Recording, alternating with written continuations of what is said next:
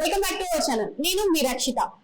General గా మనకి ఒక రివ్యూవర్ గా తెలుసు, దాని తర్వాత డైరెక్షన్ డిపార్ట్మెంట్ కూడా అందరికీ తెలుసు. ఇంకా ఇంతే కాకుండా పవన్ కళ్యాణ్ గారికి వీరాభిమానిగా సోషల్ మీడియాలో తెగ ట్రెండ్ అవుతున్నారు విజయ్ గారు. అయితే ఈ రోజు ఆయన మనతో ఉన్నారు. అయితే ఈ అన్నిటి విషయాల గురించి కొంచెం డెప్త్ గా తెలుసుకునే ప్రయత్నం చేద్దాం.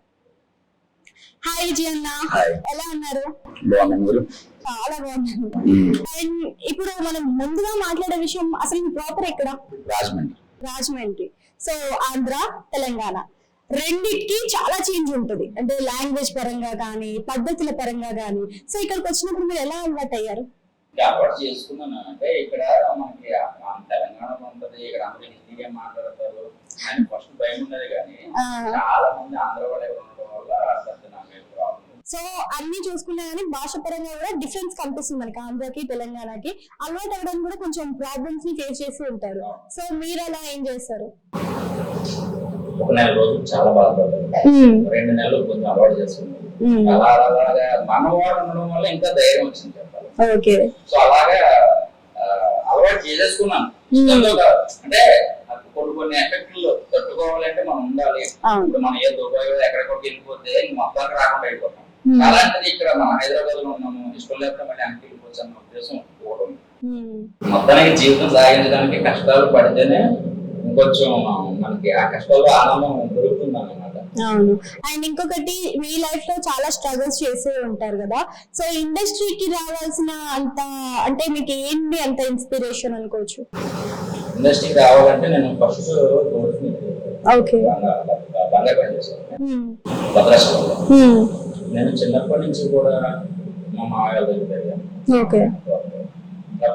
బంగారు పని నేర్చుకోవడం, నేను చేసే పనులు, నేను చేసే పనికి మన పనులు, ఇంకా అన్ని సొంతంగా ఏదో చేసుకోవడం.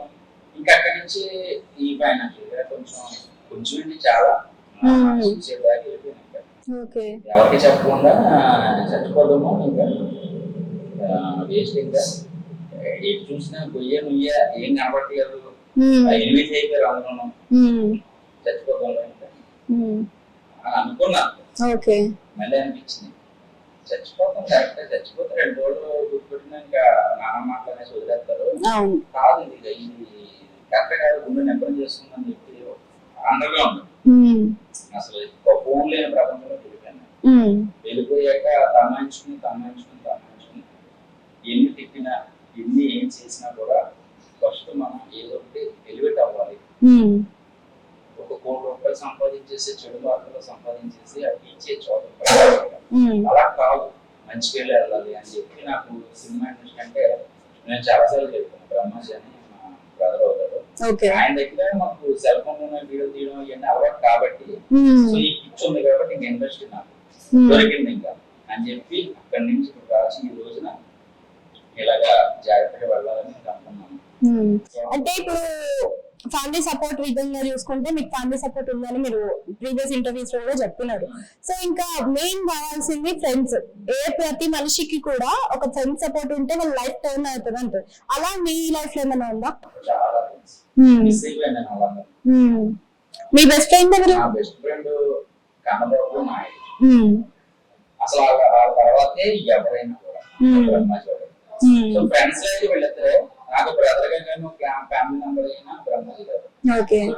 వీళ్ళు వదిలేసి వచ్చేసాను. నాకు రోజు ఫోన్ మాట్లాడాలని రూల్ లేదు. ఇంకా నేను ఏదైనా అయినా నాకు ఎంత రిమార్క్ వచ్చినా ముందడుగు వాళ్ళదే తప్ప ఇంకెవరు రాకూడదు. మనం బాగున్నప్పుడు వచ్చే మనుషుల కన్నా ఎలాంటి పరిస్థితుల్లో ఉన్నా సరే మన ఫ్రెండ్ అని గుర్తుంటది, కానీ వాడు ఏం చేసాడు గుర్తుండదు. వాళ్ళందరినీ మిస్ అయిపోయాను. అక్కడ చుట్టుపక్కల అందరూ అలవాటు అయిపోయిన ఒక్కసారి మిస్ అయిపోయేసరికి నాకు ఎప్పుడు కూడా వాళ్ళకి తెలియదు నేను చాలా హ్యాపీగా ఉంటానేమో, హ్యాపీగా తిరిగేస్తున్నానేమో అని అనుకుంటారు. కానీ నేను కష్టపడింది ఎలాగైనా సరే నా వల్ల వాళ్ళకి రిమార్క్ వచ్చింది. ఆ రిమార్క్ ఎలాగైనా సరే విజయ్ మీ ఫ్రెండ్ అని అనిపించుకోవాలి. సో దానికోసం నేను ఆగంగా ఈ ప్రయత్నం ఆగంగా. సో అలాగే ఊరికి నన్ను పెంచిన ఎంత గొడవలు కూడా ఫ్యామిలీ అనేది మనం చిన్నప్పటి నుంచి పెంచారు కాబట్టి వాళ్ళకి కూడా బాగా ఉంటుంది. వీడికి ఎలాగ అయిపోయాడు, ఇలాంటి పొజిషన్ వచ్చేసేటికి అసలు ఆవిడ నా మేనల్డ్ అని చెప్పుకోలేని పరిస్థితి మనం తీసుకొచ్చేసామేంటి అన్న ఇది ఉంటది కదా. సో వాళ్ళందరికీ కూడా రానున్న రోజుల్లో ఓకే వీడు మనవాడురా ఎంతో కొంత బాధించుకోకూడదు, వాళ్ళంతా వాళ్ళని చేసుకోవాలని ఒక ఉద్దేశము. అలాగే కొన్ని కొన్ని గుణపాఠాలు కూడా మనం నేర్చుకున్నాము. డబ్బు ఐడియా జీవితాన్ని మార్చేస్తుంది కదా, డబ్బు కూడా చాలా జీవితాన్ని మార్చేస్తుంది, చౌకల దగ్గర తీసుకొచ్చేస్తుంది. సో నేను ఏమంటున్నానంటే అప్పుడు పెద్దగా ఫోన్లు, ఇప్పుడు వచ్చేసిన టచ్ ఫోన్. ఈ టచ్ ఫోన్ వచ్చేసాక 13-12 సంవత్సరాల కుర్రోళ్ళు రమ్మి అనే విధమైన రోజుగా 2000 సంపాదించేస్తున్నారు. మరి పరిస్థితి ఏంటి రానున్న రోజుల్లో? ఈ రోజు వచ్చేస్తున్నారు, రేపు పొద్దున పోతుంది. సో ఈ గేమ్లని ఇవన్నీ చాలా ఇదైపోతుంది కదా, నాకు అనిపించేది చాలా జాగ్రత్తగా ఉండాలి, చాలా జాగ్రత్తగా ఉండాలి. సో ఇలా వెళ్ళాలి మన ఇండస్ట్రీలో అని చెప్పేసి ఇంకా సాగుతున్నాను అంతే. ఇప్పుడు ఫ్రెండ్స్ అన్నారు, కొన్ని పేర్లు కూడా మీరు మెన్షన్ చేశారు. జనరల్ గా ఒక ఫ్రెండ్ అంటే ఇంట్లో వాళ్ళు జనరల్ ఒక మాట అంటారు, అరే నువ్వు వాటితో తిరగకు రా, వాళ్ళ తయారవుతావు అని. సో దాంట్లో మీకు అంటే మార్చిన ఏమైనా క్వాలిటీస్ ఉన్నాయా మిమ్మల్ని? నాకున్న ఫ్రెండ్స్ అందరూ కూడా మంచి పొజిషన్ లో ఉన్నవాళ్ళు, మంచి మనుషులు. ఒక ఆయన business gold business jewellery shop Kanababu, ఇంకొకడేమో నాయుడు. వాడు వచ్చి జట్టిగా అంటాడు, చిన్నప్పటి నుంచి ఫ్రెండ్. ఆడి ఆడేషన్ నేను చచ్చిపోతాను అమ్ముతాను, నేను చచ్చిపోతే జనరల్ గా మనం ఈ జనరేషన్ లో చూసుకున్నట్టయితే అసలు ఎవరు కూడా అంత ఉండట్లేదు. మీ ఫ్రెండ్షిప్ అసలు ఏంటది? నేను మాకు ఆడు తప్ప ఇంకేం లేదు. ఆడ వస్తే మేము అలా పోయేవాళ్ళు, ఎక్కడో వెళ్ళిపోయేవాళ్ళు, సరదాగా ఇంకా అది ఉండిపోయింది. వాళ్ళకి 100 మంది కాదు, అందరూ ఫ్రెండ్సే, కానీ నీకు ఒకడు ఉంటాడు. సో నాకు వాళ్ళు, వాళ్ళకి నేను. అదే వాళ్ళు ఏదో పైకి ఏదో ఫ్రెండ్లీ ఎప్పుడు ఉంటుంది, చాలా అఫెక్షన్, చాలా కష్టాలు వచ్చినోడే ఫ్రెండ్. నాకు వాళ్ళు ఇప్పుడు లాభం ఉన్నారు, ఇప్పుడు కాదు ఎప్పటి నుంచో. మనకి ఇన్ని రకాలైనా సరే మేము ఉన్నాము అన్న ధీమా ఎప్పుడు ఉంటది. మా కంట్రోల్ అయితే మన ఇంటికి వెళ్తే ముందు అంటాడు. అంటే ఒక ఫ్యామిలీతో ఉండి ఒక ఫ్రెండ్ వచ్చినప్పుడు అంత భరోసా ఇస్తున్నాడంటే అది ఎంత ప్రేమ ఉంటుంది, ఎంత అభిమానం ఉంటుంది మానవుడు. కానీ అంతా ఉన్నప్పుడు మనం ఇంకా మంచి పైకి స్థాయికి వెళ్ళాలి, పేరు నిలబెట్టాలి. నా వాళ్ళు చాలా బాధపడ్డారు. సో అవన్నీ మైండ్ లో పెట్టుకుని నేను ఇంకా రానున్న రోజుల్లో చెప్పకుండా ఇన్నాళ్ళు ఎలా అయితే మనం చేసాం అదే చేయాలి. సో అలాగే భద్రాచలంకి ఒకసారి మళ్ళీ రావాలి. అక్కడ మా గౌరవనీయులైన మా చుట్టి గారు, ఆయన చాలా గౌరవం అయిపోయాం. అంటే ఆయన మాకేమో ఇచ్చి ఏదో చేస్తారని కాదు, సపోర్ట్ అనేది ఒక పెద్ద ఆయన. ఆయన ఒక మాట చెప్తే మేము ఉన్నాం కదా అని అంటారు ఆయన. నేనున్న పొజిషన్ అలాంటి ఇప్పుడు సెటిల్ చేసేస్తారు. ఏంటి ఏదైనా కష్టం వచ్చినా నష్టం వచ్చినా ఒక పెద్ద ఆయన ఉంటారు. సో ఆయన దూరం అయిపోయాను, ఇంకా అందరినీ దూరం అయిపోయాను. సో మంచి రోజు వచ్చి కలవాలని చూస్తున్నాను, ఏదో ఎప్పుడు వస్తుందో టైం తెలియదు అంటే. సో ఇండస్ట్రీలోకి మీరు అడుగు పెట్టినప్పుడు స్టార్టింగ్ ఏం చేశారు? నేను ఫస్ట్ ప్రొడక్షన్ వెళ్ళా. ఫస్ట్ పచ్చల ప్రకాష్ గారు ఉన్నారు, గబ్బర్ సింగ్ సినిమా అంటే నేను పవన్ కళ్యాణ్ గారు మూవీస్ చేస్తాను. ఫస్ట్ ఆయన గురువు గారు, ఆయన దగ్గర నుంచి మొత్తం ఇంకా అన్ని ఆయన దగ్గర నుండి చెప్పడం, ఎలా ఉండాలి, ఎలా చెయ్యాలి, ఇండస్ట్రీలో ఎలా ఉండాలి అని చెప్పడం ఆయన ఫస్ట్ దాని వే చూపించింది ఆయన. సో ఆయన ఎప్పుడు మర్చిపోతారు. ఆయనలో మనకి జనరల్ గా వినిపించేది మనిషి వెళ్తే అసలు తిండి పెట్టి చంపేస్తారు అనేది బాగా వినిపిస్తూ ఉంటుంది. మీరు అదేమైనా ఫేస్ చేసేది? నాకు వచ్చినాయి. ఆయన మామూలు మనిషి కాదు. ఆయన 1 లక్ష రూపాయలు ఇచ్చారు ఒక ఫంక్షన్ చేయమని, ఒక 2 కోట్లు పెట్టి ఒక సినిమా చేయమంటే తిరిగి ఇంకొక 20-30 లక్షలు ఆయన సొంత డబ్బులు వేసేసుకుని ఫుడ్ పెడతాడు. అంటే ఇచ్చిన క్వాంటిటీ కన్నా ఎక్స్ట్రా ఇస్తాడు. ఆయన చాలా ఇప్పుడు ఇండస్ట్రీలో 1 రూపాయి సంపాదించలేదు. వేరేవాడైతే కోట్లు, ఆయన దగ్గర ఉన్న శిష్యులు ఈ రోజు కోట్లు సంపాదించుకున్నారు, ఆయన ఏం సంపాదించుకోలేదు. ఎందుకంటే ఈ చివరి నుంచి ఆ చివరికి వెళ్ళిపోలేదు. పచ్చల ప్రకాష్ గారు అంటారు ఆయన, తెలుసు. ఈ చివరి నుంచి ఆ చివరి కారపళ్ళు, పచ్చళ్ళు, ఫ్రూట్స్. ఒకటి ఏంటంటే ఆయన వడ్డిస్తాడు ఎవరికైనా సరే. అమ్మాయి వడ్డిస్తాడు. కాకినాడ సుబ్బయ్య గారు వాళ్ళు నెయ్యి వేసుకోండి, అది వేసుకోండి, ఇది మర్యాద చేస్తారు కదా, అంతకన్నా అమ్మలా చేస్తాడు ఈయన. సో ఆ ఎఫెక్ట్ పడిపోతాడు. ఫంక్షన్ లేకపోయినా ఏదో బడ్జెట్ పెట్టేసుకోవాలా, ఈయన బాగుంది, ఈయన మెయింటెనెన్స్ బాగుంది అని చెప్పేసి. సో ఆయన దగ్గర ఉన్న వాళ్ళు కొంచెం అవి వస్తాయి, ఆ పద్ధతులు వస్తాయి. ఆవాలు కడుగుతాడు, జీలకర్ర, తర్వాత మెంతులు అన్ని శుభ్రంగా, అంత శుభ్రం అన్నమాట. వస్తే రోజుకు ఒక సబ్బు అయ్యేది. అడిగిపోయింది. శుభ్రం వీడియో ఉండాలి, కరోనా వచ్చేస్తా అంటాడు ఆయన. మంచి మనిషి చెప్పాలంటే ఇండస్ట్రీలో బిగ్గెస్ట్ ప్రొడక్షన్ చీఫ్ ఎవరైనా ఉన్నారంటే ఒక 1000 సినిమాల దాకా చేశారు. పెరుగు ఒక పెరుగు వైజాగ్ లో షూట్ జరుగుతుంటే ఇక్కడి నుంచే పంపించారు పెరుగు అనమాట. 40 సెంటర్లు షూట్. అది ఇప్పటికీ కూడా అది ఇలా నొప్పితే కూడా తీగదు, అంత గట్టిగా ఉండదు. అంత క్వాలిటీ మెయింటైన్ చేస్తారు ప్రొడక్షన్ లో. ఇప్పుడు నేను ఆయన అంటే పేరు పవన్ కళ్యాణ్ గారి ముందు వచ్చిందంటే నాన్ వెజ్ ఎన్ని రకాలు ఉన్నాయో మొత్తం వెళ్ళిపోతుంది. ప్రవేశాలు కూడా ఆయన చేస్తున్నారు కదా. ఇప్పుడు ఆయన మనకి ఫస్ట్ ఇండస్ట్రీలో డైరెక్ట్ పవన్ కళ్యాణ్ గారి డైరెక్ట్ బ్రహ్మానందం గారి డైరెక్టింగ్ అన్ని ఇంకా ఆయన అంత పెద్ద కాబట్టి నేను కూడా ఆయన. సో ఆ సందర్భం వచ్చినప్పుడు మనం కూడా లేబర్ ఉన్నట్టు చెప్పడానికి బాగుంటుంది కదా అనుకున్నాను. ఓకే. సో ఆ తర్వాత మళ్ళీ ప్రొడక్షన్ దగ్గర నుంచి జాగ్రత్తగా నేను మళ్ళీ అసిస్టెంట్ డైరెక్టర్ గా చేశాను. అసిస్టెంట్ డైరెక్టర్ చేశాను. కానీ ఏ రోజున నేను చెప్పుకోలేదు. అసిస్టెంట్ డైరెక్టర్ అనేది వర్క్ నేర్చుకోవడానికి కో డైరెక్టర్ ఒక సినిమా చేశాను. తర్వాత ఇప్పుడు వెళ్ళి దారి ఎలా ఉంటే తర్వాత చూడాలి. ఇప్పుడు అంత కమర్షియల్ అయిపోయింది కాబట్టి సో వర్క్ అయితే నేర్చుకుంటున్నాం కదా.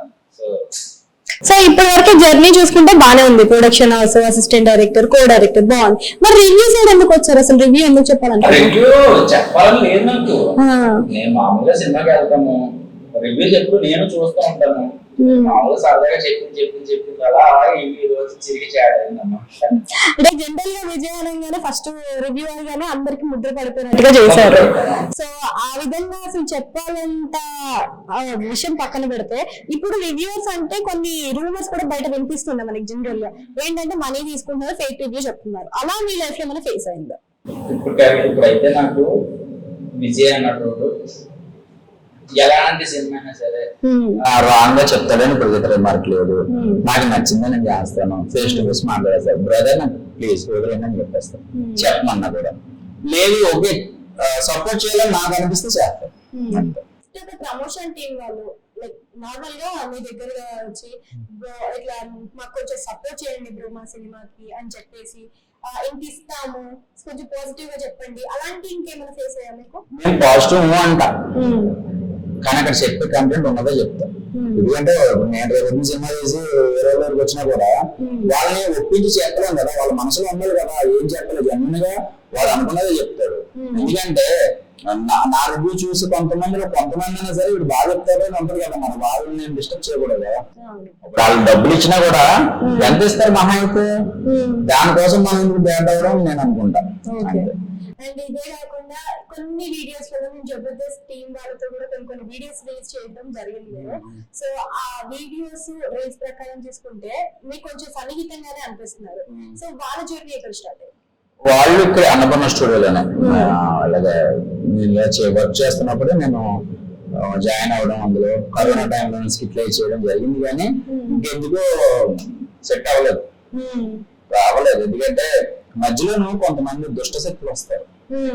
ఆ దుష్ట శక్తులు అనుకుంటాయి విజయం తప్పించేస్తే మనం ఏ అర్థం రాజ్యం ముందు మనదే మొత్తం అని రకరకాలుగా మాకు ఆ మెయిన్ క్యాండిడేట్లకి మనస్పర్ధలు పెట్టి ఎలా బ్యాట్ చేసి వాడు రాజ్యమాల్లో అనుకుంటాడు.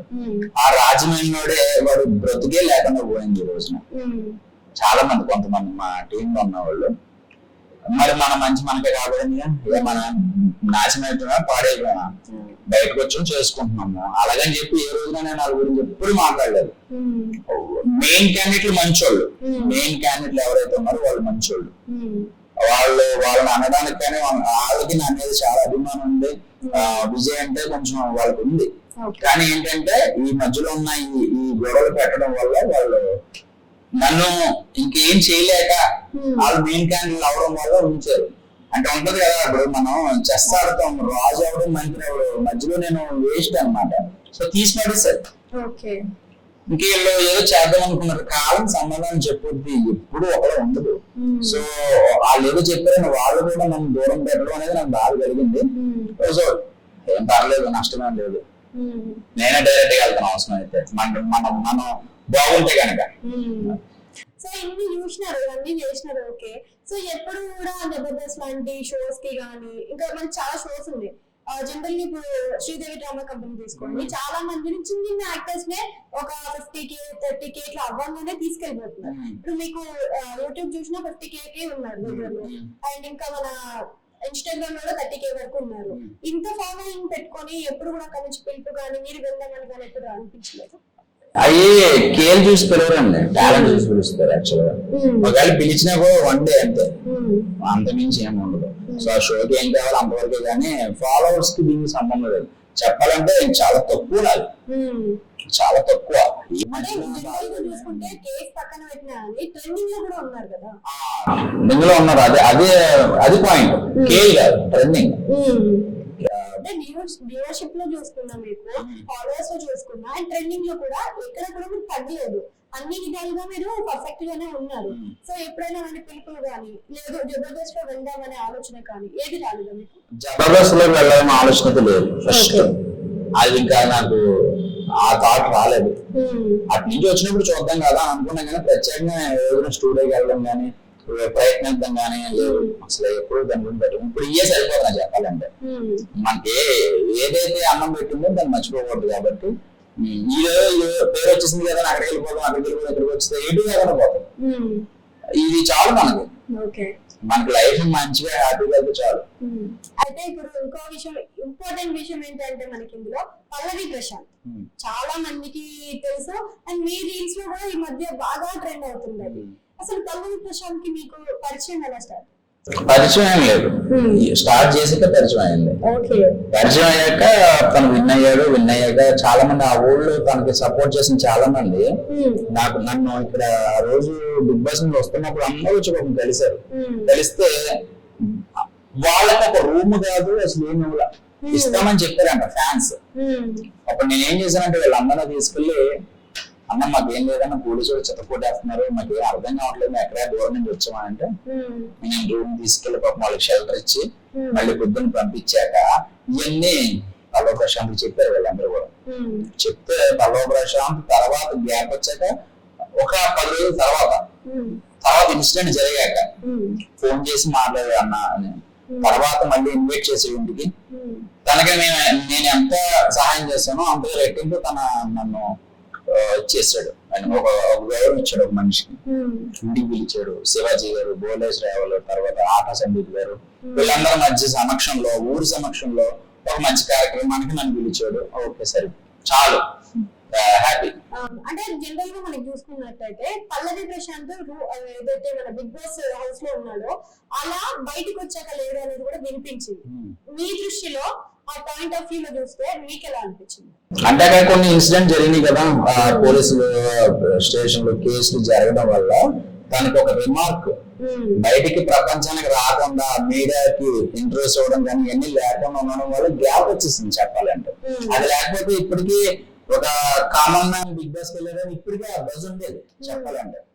అది బ్యాట్ లెక్క అన్నమాట చెప్పాలంటే. సో ఇప్పుడు మీరు పల్లవి ప్రశాంత్ గురించి చెప్పారు కదా, అయితే మీరు ఆయన విన్ అవ్వడానికి చేసిన సపోర్ట్ లో కూడా కొన్ని స్ట్రగుల్స్ వచ్చాయి. అంటే చాలా మంది కూడా మన పల్లవి ప్రశాంత్ ని కార్నర్ చేసినారు, సపోర్టింగ్ లో చూసుకున్నా గానీ పల్లవి ప్రశాంత్ కి ఎంత ఉన్నా గానీ తను కొన్ని ఇన్సిడెంట్స్ చేయడం వల్ల సపోర్టింగ్ అనేది తగ్గిపోతూ వస్తుంది. సో ఆ సిచ్యువేషన్ లో మీరు సపోర్ట్ చేసినారు, ఏ విధమైన సపోర్ట్ మీద మీరు అందించారు? అక్కడ చెన్నూరు వీడు ఒక మామూలు అన్న ఒక మెయిన్ థాట్ లో మనం తొక్కేస్తున్నప్పుడు శివాజీ గారు సపోర్ట్ చేశారు. ఫస్ట్ శివాజీ గారికి నేను సపోర్ట్ చేశాను. తర్వాత లైన్ మారుతుంది. శివాజీ గారు చేయలు దెబ్బతగలడం ఇంకా చేయలేరు, ఆయన ఏం గేమ్స్ ఆడలేరు. సో ఇంకా అందరిలో బెస్ట్ పల్లవ ప్రశాంత్ ఆడుతున్నాడు గేమ్స్. పల్లవ ప్రశాంత్ అప్పుడు అక్కడి నుంచి మొదలు పెట్టాను. తనని చాలా రూడ్ గా మాట్లాడారు, చాలా మాటలు అన్నారు, ఏమన్నా మనోడు అన్నాడు, వాళ్ళు అన్నారు. సో ఇవన్నీ చూసుకున్నట్టయితే కామన్ మ్యాన్, దానికి సంబంధించిన వ్యక్తి ఇండస్ట్రీకి. సో తినని మనం సపోర్ట్ చేయాలి, తను నిజాయితీగానే ఉన్నాడు. అవును మాట్లాడే అధికారం లేదా, ఏదైనా ఉండొచ్చు. సో దాన్ని బట్టి నేను ఏం చేశానంటే తన ఆట ఏంటి, తన గేమ్ ఏంటని అబ్జర్వ్ చేస్తూ నేను మాట్లాడడం మొదలుపెట్టాను. ఇప్పుడు మీరు ఒక ప్లేస్ నుంచి ఇక్కడికి వచ్చారు. సో ఈ యూట్యూబ్ క్రియేషన్ గానీ, ఇన్స్టాగ్రామ్ క్రియేషన్ గానీ, ఫేస్బుక్ క్రియేషన్ గానీ అవనేది కొంచెం మనకి కొత్తగా అనిపిస్తాయి. సో మీరు అలా కొత్తవి ఏమైనా చూడడం గానీ జరగడం అట్లాంటి సిచ్యువేషన్ ఏమైనా ఫేస్ చేశారా? మామూలుగా జనరల్ గా చూస్తుంటాం కానీ మన స్టైల్ మనకు ఉంటుంది, నీ స్టైల్ నాకు రాదు కదా, ఇలా నేను మాట్లాడలేను. సో ఎందుకో వీడియోస్ పెట్టినమ్మంటే ముందు ఫస్ట్ కోవిడ్ అవుతున్నాయి, మస్కిట్ అవుతున్నాయి, దుబాయ్ అవుతున్నాయి నా వీడియోలు. ఆ వీడియో డౌన్లోడ్ తీసుకుని టిక్ టాక్ పెట్టుకుంటున్నారు. చాలు కదా, ఇంకా అంతకన్నా హ్యాపీ ఉంది. సో నేను అవి చూసా, ఓకే మనం నేను చెప్పి మాటలు కనెక్ట్ అవుతున్నాయి, వాళ్ళకి నచ్చినట్టు మనం మాట్లాడుతున్నాము, చాలు. సో ఇదే కంటిన్యూ చేద్దాం అనుకున్నాను. అంటే ప్రతి మనిషికి పాజిటివ్ కామెంట్స్ వస్తాయి, నెగిటివ్ కామెంట్స్ కూడా వస్తాయి. మీరు ఫేస్ చేసిన బెస్ట్ పాజిటివ్ కామెంట్ ఏంటి, అలానే బెస్ట్ నెగిటివ్ కామెంట్ ఏంటి? 99% అన్ని పాజిటివ్ వస్తున్నాయి ఇంకా దేవుడి వల్ల. ఎందుకంటే ఆ ఇల్లు వేయాలంటది అనుకుంటా, పలు ప్రశ్నలు సపోర్ట్ చేసినప్పుడు కూడా చాలా పాజిటివ్ వచ్చినాయి. కొంతమంది చూడలేని వాళ్ళు, పలు ప్రశాంత్ అంటే ఉన్న వాళ్ళు కొంచెం ఫేక్ ఐడీలు క్రియేట్ చేసుకుని వాళ్ళని ఆగుతానేమో అని వాళ్ళు బ్యాక్ కామెంట్లు పెట్టడం, అదైనా పెద్ద తోపాచురు అది ఇది అని చెప్తే నేను ఆగిపోదాం అనుకోవడం చేయడం చేశారు. సో వాళ్ళకి ఇచ్చే కామెంట్ వాళ్ళకి ఇచ్చేసా. ఇప్పుడు ఎవరు సపోర్ట్ చేస్తున్నారు మీకు తెలుసు, అసలు ఫుల్ సపోర్ట్ వాళ్ళు అయితే నాకు చాలా సపోర్ట్ చేస్తున్నారు. అసలు కామెంట్ విషయానికి వస్తే బ్యాడ్ కామెంట్స్ 100లో ఒకటి వస్తుంది, అది కూడా ఎవరో దుష్మన్ అది పట్టించుకుంటే రాకూడదు, సెల్ఫాలు వీడియో చేయకూడదు. వస్తాయి, వచ్చినప్పుడే కదా మనకు అది మండేటట్టు చేస్తున్నాము, అక్కడే కదా మనం ఒక స్టెప్ దిగుతున్నాము. అసలు మనం కామెంట్ పెట్టాలని అనిపిస్తుంది అంటే మనం వాడికి ఎక్కడ పుచ్చుతున్నాం సూర్యుడికి. అదే విధంగా ఇప్పుడు పవన్ కళ్యాణ్ గారి విజయంలో సపోర్టర్స్ లో కూడా మీరు ఒకరు ఉన్నారు. సో మీ వీడియోస్ చూసినా కానీ ఏది చూసినా కానీ అలా పురుగున్న లక్షణకు వెళ్ళిపోతుంది. సో ఇలా వెళ్ళడానికి మీరు చూస్తూనే ఉన్నారు.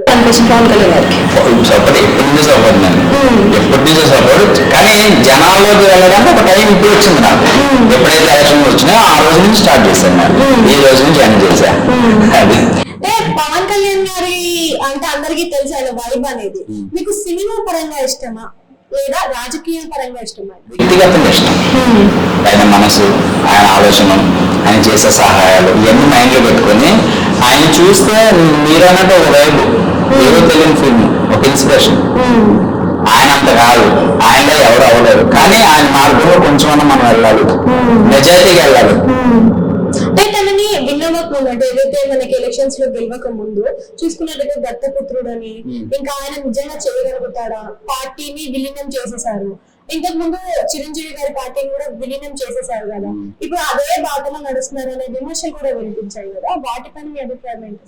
అసలు పవన్ కళ్యాణ్ గారు లేకపోతే అసలు కూటమి లేదు, పవన్ కళ్యాణ్ లేకపోతే అసలు ఈ విజయం లేదు.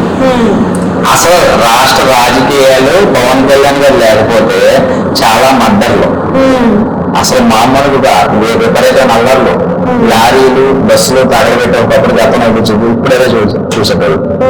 ఆయన రావడం వల్లే అసలు ఈ విజయం. అది నేనన్న మాట కాదు, చంద్రబాబు నాయుడు గారు, కూటమి, లోకేష్ బాబు, బాలయ్య బాబు, ఎంతమంది, పవన్ కళ్యాణ్ వల్లే ఇది గెలిచింది. సో ఆయన చంద్రబాబు నాయుడు గారు జైల్లో ఉన్నప్పుడు ఫస్ట్ అడుగు పెట్టి జైల్లో అసలు ఈ కూటమికి సంబంధించి కానీ దీనికోసం మాట్లాడడం జైల్లోనే ఫస్ట్ మొదలైంది ప్రెస్ మీట్. ఆ రోజు మేము కూటమి మీ అమ్మని కలిపి వస్తున్నామని చెప్పి చూసారా, సో అక్కడే స్టార్ట్ అయింది. పవన్ కళ్యాణ్ గారు ఇప్పుడు కూటమి కాకుండా సపరేట్ గా వస్తే ఇదే విజయం మనకి సొంతం అవుతుండేనా? డెఫినెట్ గా 100కి 200%. ఇప్పుడు వచ్చింది అంటే పవన్ కళ్యాణ్ గారు స్వచ్ఛందంగా వేశారు కానీ చంద్రబాబు నాయుడు గారు బీజేపీ కలిసిందని కాదు. ఇక్కడ ఆయన 10 సంవత్సరాలు 2014లో స్టార్ట్ చేస్తే ఈ మధ్యలో భీమవరం గాజువాడలో ఓడిపోయాక తట్టుకుని మళ్ళీ వెనకడు చేయకుండా సినిమా చేయకుండా మళ్ళీ అదే రాజకీయంగా డబ్బులున్నా లేకపోయినా మీటింగ్లు పెట్టడానికి కూడా డబ్బులు లేకపోతే మీటింగ్లు ఆపుకుని మళ్ళీ తర్వాత పెట్టుకుని ఇవన్నీ చేసుకుని ఈ రోజు నిలబడ్డారు అంటే కనుక అది పవన్ కళ్యాణ్ గారు మైండ్ లో ప్రతి విషయం పెట్టుకున్నారు, మనం ప్రజలకు న్యాయం చేయాలి. మా అన్న మాట కొట్టాలి, భూస్థాపితం చేసేలా అన్నారు. అంటే అదే విధంగా చూసుకుంటే ఒకనొకప్పుడు నరేంద్ర మోడీ గారిని తీసుకుందాం. అంటే ఆయన చంద్రబాబు నాయుడు గారిని అపాయింట్మెంట్ కూడా ఇవ్వకపోతుండే అనమాట. అదే కాకుండా ఇంకా మన పవన్ కళ్యాణ్ గారి విషయానికి వస్తే అసలు లాస్ట్ టైం ప్రీవియస్ మనం చూసిన ఓటమిని ఈసారి కంపేర్ చేసుకుంటూ దగ్గర కూడా రానివ్వని పరిస్థితి. అదే విధంగా నిన్న మనకు ఒక ప్రెస్ మీట్ అంటే ఏదైతే మీటింగ్ జరిగిందో అందులో తుఫాన్ అనే ఒక మాట అనడం జరిగింది. అంటే ఈ దేన్ని ఉద్దేశించి అన్నారు? యాక్చువల్గా మోదీ గారి వీడియోస్ గతంలో పక్కన పెడితే ఈ మధ్యకాలంలో పవన్ కళ్యాణ్ గారు మోదీ గారు చెడ్డీ గ్యాంగ్ లాగా అసలు ఆయన మోదీని మర్చిపోయారు. ఆయన ఒక పదవి మినిస్టర్, పెద్ద మినిస్టర్, ప్రైమ్ మినిస్టర్ మర్చిపోయారు. సెంట్రల్ గవర్నమెంట్ లో ఒక పెద్ద స్థాయిలో ఉన్నారు. పవన్ కళ్యాణ్ గారికి ఏంటి నవ్వులు ఏంటి భుజము చేసి మాట్లాడుకోవడం ఏంటని చూస్తుంటే అసలు అఫెక్షన్ నచ్చాడు. ఏం నిజాలు మోదీ గారి అకౌంట్ బ్యాలెన్స్ ఎంత ఉందో తెలుసా? బంగారు విగ్రహం తెలుసా? రీసెంట్ గా చూసింది కదా 3 కోట్ల చేంజ్ ఉంది అని చెప్పి ఆయన అకౌంట్ లో బంగారం పలానా ఏమి లేవు. సో ఒక ఖచ్చితమైన మనిషి ఆయన, దైవభక్తుడు. పవన్ కళ్యాణ్ గారు కూడా సేమ్ ఇంచుమించు ఉంటే పెట్టేస్తాడు, అంతేగాని మోసం చేయడు. సో ఇవన్నీ వీళ్ళందరికీ కలిసింది. ఇంకా అటు ఇటు అంటే చంద్రబాబు నాయుడు గారితో కొంచెం ఇప్పుడు ఏదో సీఎం అయ్యారని ఉండడం తప్పించి వ్యక్తిగతంగా పవన్ కళ్యాణ్ గారితో చాలా ఫ్రెండ్లీగా ఉన్నారు ఆయన. ఎట్లనే మోడీ గారి గురించి మాట్లాడాం కదా. అయితే బీజేపీ వస్తే హిందూజం ని ఎక్కువ చూపించి ముస్లింస్ ని బయటకు నెట్టేసేంత ప్రయత్నంలో అన్నట్టుగా కొన్ని వార్తలు వినిపించాయి. సో ఆ వార్తలపై మీ అభిప్రాయం ఏంటి? వార్తలు నమ్మకూడదు. చేసే అక్కడ అవతల ఏ పనులు ఉన్నాయో ఇప్పుడు ఆయన మనం ఊపించేసుకుని మనం అనేసుకుంటాం, కానీ అలా చేస్తే ఎందుకు ఊరుకుంటారు? ముస్లింస్ వాళ్ళైనా ఎవరైనా సరే వాళ్ళందరూ కూడా గెలిపిస్తేనే కదా ఆయన గెలిచాడు. అలా ఏముండదు. అండ్ ఇంకొక వీడియో కూడా మన కాంగ్రెస్ నుంచి కొన్ని వినిపిస్తున్నాయి, కనిపిస్తున్నాయి. ఒక వీడియో వైరల్ అవుతుంది కూడా. ఏంటి అంటే ఇటు సైడ్ చూస్తే తెలంగాణలో కేసీఆర్ చేతిలో ఉన్నాడు, అటు సైడ్ చూస్తేనేమో మన చంద్రబాబు చేతిలో మోడీ ఉన్నారు అనేది వినిపిస్తుంది. అది నిజమే అంటారా? అది నేను అదే చెప్తున్నాను కదా. ఇప్పుడు ఏది మనిషిని నమ్మట్లేదు, మనిషిని నేరం నమ్ముతున్నారు. సో ఆ మనిషిని నమ్మేదానికి చాలా టైం పడుతుంది. ఈ లోపల అబద్ధాలు చేసుకుంటున్నారు. మనం విజువల్ గా ఇప్పుడు హోటల్ ఉందండి, ఆ హోటల్ ఫుడ్ అసలు బాగోదు, కానీ బోర్డు మాత్రం చాలా క్లాస్ గా ఉంటుంది. ఆ బోర్డు చూసి టిఫిన్ చేయడానికి వెళ్ళిపోతున్నాం. మనం తిన్నాక తెలుస్తుంది ఇదేంటో ఇలాగ ఉంటుంది. సో మనం అందులోనే చూస్తున్నాము, మీన్స్ చూస్తున్నాం, రోజు చూస్తున్నాం. అది ఎవరు నమ్ముతున్నాం? మనం మొన్నటి దాకా కూడా ఒక పార్టీకి అపోజిషన్ పార్టీ, ఇప్పుడు అపోజిషన్ పార్టీ అయిన పార్టీ ఎన్నో రూమర్స్ క్రియేట్ చేశారు, చాలా మంది నమ్మేశారు. సో మన నిజ జీవితంలో జరిగిందా? నిజంగా అంటే ఎవరో ఎప్పుడు ఏమవుతారో తెలియదు. కానీ మనం ఏంటంటే మనం స్ట్రైట్ ఫార్వర్డ్ గా నమ్మాలి, కానీ ఎవరో చెప్పిందో ఫోన్ లో చూసిందో లేకపోతే ఎవరో చేసిందో ఖచ్చితంగా మనిషి మన దగ్గర నుంచి చూస్తేనే నమ్మాలి. ఇప్పుడు అయ్యో ఆయన చేతులు ఈయన ఉన్నారా, ఈయన చేతులు ఆయన ఉన్నారా అనేది జస్ట్ నేమ్స్. అంతేకాకుండా ఇప్పుడు పవన్ కళ్యాణ్ నుంచున్న ప్లేసెస్ అంటే పవన్ కళ్యాణ్ అభ్యర్థులు నుంచున్న ఏదైతే స్థానాలు ఉన్నాయో అక్కడ టీడీపీ వాళ్ళు కూడా నుంచున్నారు. కానీ ఎందుకు టీడీపీకి లేని బస్ ఒకటేసారి జనసేనకి పెంచారు అనుకోవచ్చు? టీడీపీ ఇప్పుడు పవన్ కళ్యాణ్ గారు ఉన్నారు కాబట్టి టీడీపీ కొంచెం వచ్చింది బజ్. నిజంగా పవన్ కళ్యాణ్ గారు సపరేట్ గా టీడీపీ లేదు. ఆయనకి 21 స్థానాల్లోనే సీట్లు వచ్చినాయి, 21కి 21 వచ్చినాయి. కానీ మొత్తం ఆంధ్రప్రదేశ్ లో ప్రతి పోల్లోనూ గ్లాస్ సింబల్ కి ఒక పోలింగ్ బూత్లు ఉంటే కనుక పవన్ కళ్యాణ్ గారికి 13 సీట్లను వచ్చాయి. అందులో ఎటువంటి సందేహం లేదు చెప్పాలంటే. ఏంటంటే ఆయన స్థానం ఎమ్మెల్యేగా వరకే ఆయన నామినేషన్ వేశారు, లేదా పవన్ కళ్యాణ్ గారు. అంటే ఇప్పుడు పవన్ కళ్యాణ్ గారికి తన పార్టీని కూడా బలోపేతం చేసుకోవాలనేదే ఉంటుంది, ప్రతి ఒక్కరికి ఉండేది అది. అయితే ఇప్పుడు ఆయనకి ఇస్తే ఏ పదవి ఇచ్చే అధికారం ఉంటుంది? ఉప ముఖ్యమంత్రి ఇస్తారు డెఫినెట్ గా.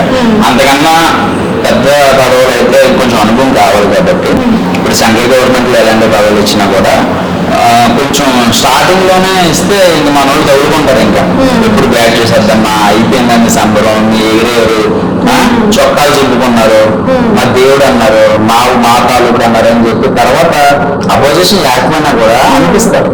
ఇప్పుడు నిన్న వర్మ గారు కారు మీద దాడి జరిగింది, పెద్ద పెద్ద వాళ్ళు ఇస్తారు, అసలు స్టార్ట్ అవుతుంది. అప్పుడు ఏదో రకంగా స్టార్ట్ చేస్తారు. ఇప్పుడు పవన్ కళ్యాణ్ గారు ఉప ముఖ్యమంత్రి అనుకోండి చాలు. నాగబాబు గారికి ఏమో టీటీడీ చైర్మన్, తిరుపతిలో సుబ్రహ్మణ్యం చైర్మన్ ఇన్ఛార్జ్ చేసుకుంటుంటారు, హ్యాపీ. అంటే ఇప్పుడు మనకి డిప్యూటీ సీఎం అని చెప్పారు మీరు. డిప్యూటీ సీఎం కి ఇంకా ప్రైమ్ మినిస్టర్ కి రెండింటికి కూడా యువ నాయకులు ఉన్నారు, మనకి ఎక్స్పీరియన్స్ ఉన్న నాయకులు ఉన్నారు. ఈ ఇద్దరిని చూసుకుంటే పోటీలో చాలా మంది ఉన్నారు. మరి వారి పరిస్థితి ఎలా ఉండొచ్చు? టీడీపీలో మన ఎర్రనాయుడు గారు అబ్బాయి ఉన్నారు, ఆయన మంచి పవర్ఫుల్. అంటే అచ్చెన్నాయుడు గారు కూడా ఉన్నారు కదా ఇక్కడ. అచ్చెన్నాయుడు గారు చంద్రబాబు నాయుడు గారి దృష్టిలో కొంచెం మనకు ఎర్రనాయుడు అంటే మంచి ఇష్టం బాగా. ఆయన వాళ్ళ అబ్బాయి అన్న కూడా మంచి మాటగాడి, ఢిల్లీలో ఊపుతాడు ఆయన అసెంబ్లీలో. సో అన్ని చూసుకున్నట్టయితే పవన్ కళ్యాణ్ గారి తర్వాత నాకు తెలిసి ఎర్రనాయుడు గారు వాళ్ళ అబ్బాయి. మరి లోకేష్ గారికి ఏది ఇచ్చే? లోకేష్ గారి సంగతి ఇంకా మనకి అనౌన్స్ చేయలేదు. ఎందుకు ఆయన మీద లాగట్లే మనసు. పర్లేదు, బాగా షైన్ అయ్యాడు ఆయన. ఒకప్పుడు మీద చాలా చాలా డెవలప్ అయిపోయాడు అసలు. ఆయన మాట్లాడుతుంటే అర్థమవుతుంది, ఓకే కసి మీద ఉన్నట్టు వాడినా. ఒకప్పుడు మాట్లాడడానికి ఆయన మనసులో మాట్లాడిన బయటకు వచ్చినా కూడా జనాలు అర్థమయ్యేది కాదు. ఆ ఇంగ్లీష్ తెలుగు మిక్స్ అయిపోవడం లేకపోతే ఏంటో అర్థమయ్యేది కాదు. ఈయన నాయుడు అనుకున్న వాళ్ళు ఈ రోజున బ్రహ్మాండంగా మాట్లాడుతున్నారు. ఆయన పాయింట్ మాట్లాడుతున్నాడు, అనవసరం విషయాలు మాట్లాడలేదు అనేది ఒక థాట్ అయితే జనాలకు వచ్చింది. అదే విధంగా చూసుకుంటే ఇప్పుడు మనకి వైఎస్ఆర్ సిపి 20 అంటే మనకి మాక్సిమం అంటే ఒక 20-25 సీట్లైనా రావాల్సింది. అలాంటి 11 సీట్లకే ఓటమి పాలైంది. అంటే దానికి గల కారణాలు ఏమై ఉంటాయి? జనాలు చాలా ఆ పార్టీ నుంచి పెన్షన్ తీసుకున్నారు, అమ్మ ఒళ్ళు తీసుకున్నారు, అన్ని తీసుకున్నారు. మరి ఎందుకు వ్యతిరేకత వచ్చింది? 18 సీట్లు వస్తే అసెంబ్లీగానే వెళ్ళేవాళ్ళు, వ్యతిరేకించేవాళ్ళు. కానీ మొత్తం అసలు ఊహించలేదు ఎవరు. ఆవిడాలు కదా టీడీపీ కూడా ఊహించు. రీసెంట్ ప్రెస్ మీట్ కూడా పెట్టారు కదా మనకి, జగన్ గారు పెట్టి దాంట్లో కూడా మాట్లాడారు కదా, అవన్నీ 7 పథకం తెచ్చింది ఎవరు, అమ్మఒడి తెచ్చింది ఎవరు అని చెప్పి కొంచెం ఎమోషనల్ అయ్యారు. సో మరి వీటి గురించి ఎవరు మాట్లాడటం ఎందుకు? అదే తిన్న వాళ్ళకి ఉండాలి, ఆయన సొమ్ము తిన్న వాళ్ళకి ఉండాలి. వాళ్ళకే చిరాకు వచ్చి ఓటేశారంటే ఏదో జరిగి ఉండొచ్చుగా. ఆయన సొంతమా గవర్నమెంట్ కదా, పవన్ కళ్యాణ్ గారైనా టీడీపీనా గవర్నమెంట్ సొమ్ము ఇస్తారు. ఇచ్చేదేమి సొంత డబ్బులు కాదు. కానీ ఇక్కడ ఓటేసేవారు కూడా అదే అనుకుంటారు, ఆయన సొమ్ము ఇచ్చేది గవర్నమెంట్ సొమ్ము లేదన్న ఫీలింగ్ లో ఉంటాడు. వీళ్ళు ఇచ్చినా ఒకటే, వేరే వాళ్ళు ఇచ్చినా ఒకటే అనే ధీమాలోనే ఓటేస్తాడు. అక్కడ కావాల్సింది డబ్బులు ఇచ్చాడా, అమ్మఒడి ఇచ్చాడా కాదు ఇక్కడ రావాల్సింది. ఇక్కడ ఏంటి మన రోడ్లు ఏంటి, మన పిల్లల చదువులు ఏంటి, ఫీజులు ఏంటి, రేపు వాళ్ళ ఉద్యోగాలు ఏంటి, ఇవన్నీ ఆలోచించుకుంటారు కదా ఓటేసేవారు. కొంచెం చదువుకునే ఉంటారు కదా, వాళ్ళకి అనిపిస్తుంది. అంటే ఫైనల్ క్వశ్చన్ ఉందా, జనరల్ మనకి పవన్ కళ్యాణ్ గారికి ఎంత సపోర్ట్ ఇచ్చి ఆయన విజయం కూడా సాధించారు. అదే విధంగా ఇక్కడ తెలంగాణలో చూసుకున్నట్లయితే పల్లవి ప్రశాంత్ ఎంపీగా కూడా చేస్తున్నారు కదా. సో ఆయనకు కూడా సపోర్ట్ ఇస్తారా, గెలిచే అవకాశం ఉందంటారా? గెలిచే అవకాశాలు అయితే ఇప్పుడు ఉంటే అంత టైం పడుతుంది. నేను అప్పుడు అంటే బిగ్ బాస్ లో సపోర్ట్ చేశాను కదా, ఇప్పుడు ఎంపీగా సపోర్ట్ చేస్తే, ఎంపీగా పోటీ చేస్తే నేను సపోర్ట్ చేస్తానని అడుగుతున్నారు. అప్పుడున్న ఇంట్రెస్ట్ బట్టి, అప్పుడున్న ఆ పరిస్థితులు బట్టి నేను ముందే చెప్పేస్తానని చెప్పాను. నాకు నచ్చాలి ఫస్ట్ ఆయన వెళ్ళే దారి నాకు నచ్చాలి. ఆయన అసలు ఏంటి, అసలు దానికి అర్హుడా, అంత క్యాపబిలిటీ ఉందా లేదా, జనాలు సపోర్ట్ పెట్టి నా ఇది ఉంటుంది అనమాట. థ్యాంక్ యూ సో మచ్ అన్న, మీ విలువైన సమయాన్ని మాకు ఇచ్చినందుకు అండ్ ఇలాంటి ఇంట్రెస్టింగ్ విషయాలు మాతో షేర్ చేసుకున్నందుకు. సో చూసారు కదా గైస్, ఇలాంటి పొలిటికల్ అండ్ ఇంకా వాళ్ళ జీవితంలో జరిగిన ఇంట్రెస్టింగ్ విషయాల గురించి మనతో ఆనందంగా పంచుకున్నారు విజయ్ అన్న. ఇలాంటి మంచి మంచి వీడియోస్ కోసం మన ఛానల్ ని సబ్స్క్రైబ్ చేసుకోండి. అలానే అక్కడ గంట సింబల్ కనిపిస్తుంది, దాని మీద ఓకే.